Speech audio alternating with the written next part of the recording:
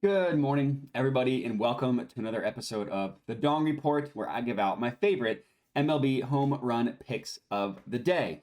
My name is Matt Modi with Jedi Sports Network, and let's chat some dongs. So for today, I got three of my favorite home run picks for you guys. Unfortunately, there's no way around this. I have been on an absolutely brutal cold streak. Kind of ironic that I went to Alaska and immediately went on a cold streak. The coldest state gave me the coldest streak. That cold streak continued yesterday when I went 0-3 on my three home run picks. That now brings our total profit on the Dong Report down to plus 36.15 units and an ROI of 7.22%. Now, overall, up 36 units, 7% ROI is pretty good. But when you look at where I was versus where I am now, that's when it starts to hurt. I think at my peak, I was up 62 units. So the streak that we have been on has been brutal. But that's kind of what you get when you are picking home runs. You'll get really hot. Unfortunately, they are hard to predict. So sometimes you'll go on a cold streak. Now, this cold streak has been brutal and has been pronounced. So hopefully we can turn things around today with the three home run picks I have for you. All three are going to be on FanDuel, so you can go ahead and log into your FanDuel account now.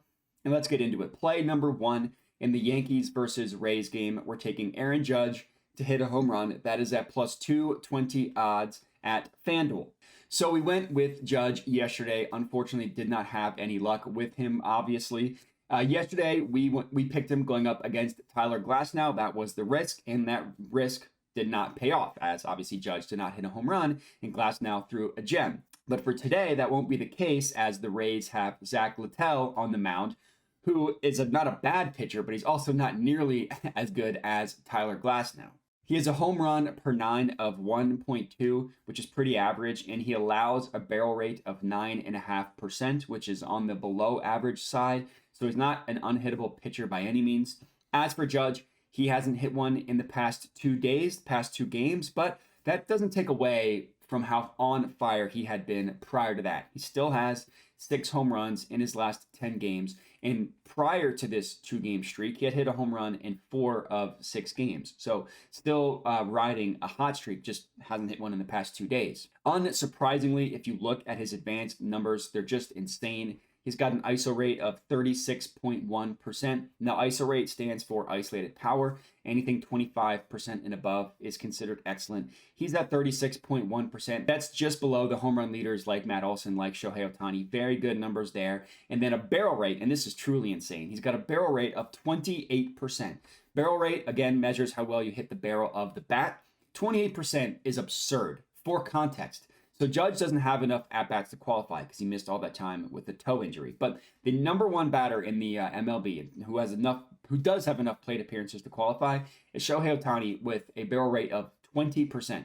Judge is 8% higher at 28%. Ohtani's at 20. The next best is at 17. You go down between the difference of 8%, Ohtani down to 12%. That's a massive, massive difference. So the fact that Judge is so much higher just shows how good of a hitter he's been. So I like him. I trust him to go yard for us tonight, cashing our first play. Next up, in the Rangers versus Twins game, we're going with Corey Seager to hit a home run. That is at plus 300 odds, again, at FanDuel. Now, Seager, similar to Judge, has also been awesome in the month of August. Seager has 9 home runs total in the month of August, and that's after hitting 10 combined in the months of June and July. So he's already probably going to match, assuming he hits at least one in the next couple days. He will match his home run total for June and July combined in the month of August. So looking at his stats, again, he's got awesome advanced power numbers. He's got a season-long ISO rate of 30.8%. That's in the excellent category. He's got a barrel rate of 18.4%, which is also in the excellent category. He's one of the rare batters that's excellent in both ISO rate and in barrel rate. You don't see a lot of that.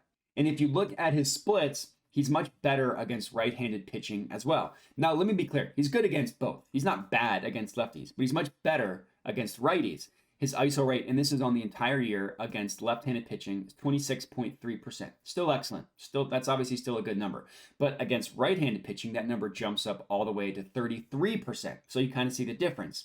And if you look at the month of August alone, you isolate his data just for the month of August, his ISO rate is up at 39.9%. 38.5%. And if you isolate in the month of August against right-handed pitching, that number jumps up to 40.4%. Now, the Twins do have a good pitcher on the mound, which is the risk here, but I'm confident that Seager is going to hit one, cashing our second pick. And last up, in the Royals versus Mariners game, we are taking Cal Raleigh to hit a home run plus 350 odds at FanDuel. So our last pick of the player is backing a player who we went with as an honorable mention yesterday, and he did come through for us. Unfortunately, I can't track it because I didn't have him as an official play, but it was nice to at least just get one to cash, even if it was an honorable mention. So we're officially going with him today. I once again love his chances to hit a dong, so I do obviously like this one quite a bit. He's also on a recent hot streak. He's got 5 home runs in his last 10 games, which is really good. And which I really love is his immediate success has been good as well. He's got 5 combined hits in his past 2 games, so that's pretty good. This game, the Royals-Mariners game, is also the best weather game of the day for home runs to be hit, so you definitely want action here. And based on the pitcher the Royals have on the mound, you want action on the Mariners hitters. So I settled with Riley because he's on fire, and Ballpark Pal lists this batter-pitcher matchup to be an extreme advantage in favor of the batter, Riley. And also, the Royals pitcher just is very bad. Simply put, very bad. He's got a home run per 9 of 2.47, and he allows a home run to fly ball ratio of 21.1%. If he had pitched enough innings to qualify, that would be worst in the MLB by a mile. Just very, very bad numbers. And he's also a right-handed pitcher who Riley is much better against. Similar to Corey Seager, his numbers, his splits are much better against right-handed pitching, and they're even more pronounced for Cal Riley. His ISO rate against left-handed pitching is at 18.2%. That's even below the great threshold. But against right-handed pitching, it's in the excellent number of 25.8%. And then again, looking at just the month of August, his ISO rate is 36.9%. And then if you isolate the month of August against right-handed pitching, it jumps up to 39.7%. So he's been on fire. I love for him to hit a home run for us tonight as well, cashing our third and final pick of the evening. I put 1 unit on each of the plays individually. I put $5 or $10 on a parlay of all 3. Obviously, the cold streak we've been on has been brutal, but the process doesn't change. Let's hope we can turn things around today. We just need one of these 3 to cash, and we're at least profitable. But we're looking for all 3, but that's all I got. So if you're tailing, comment and let me know. Other than that, remember to like the video, subscribe to my YouTube channel. Thanks for watching, and have a good one.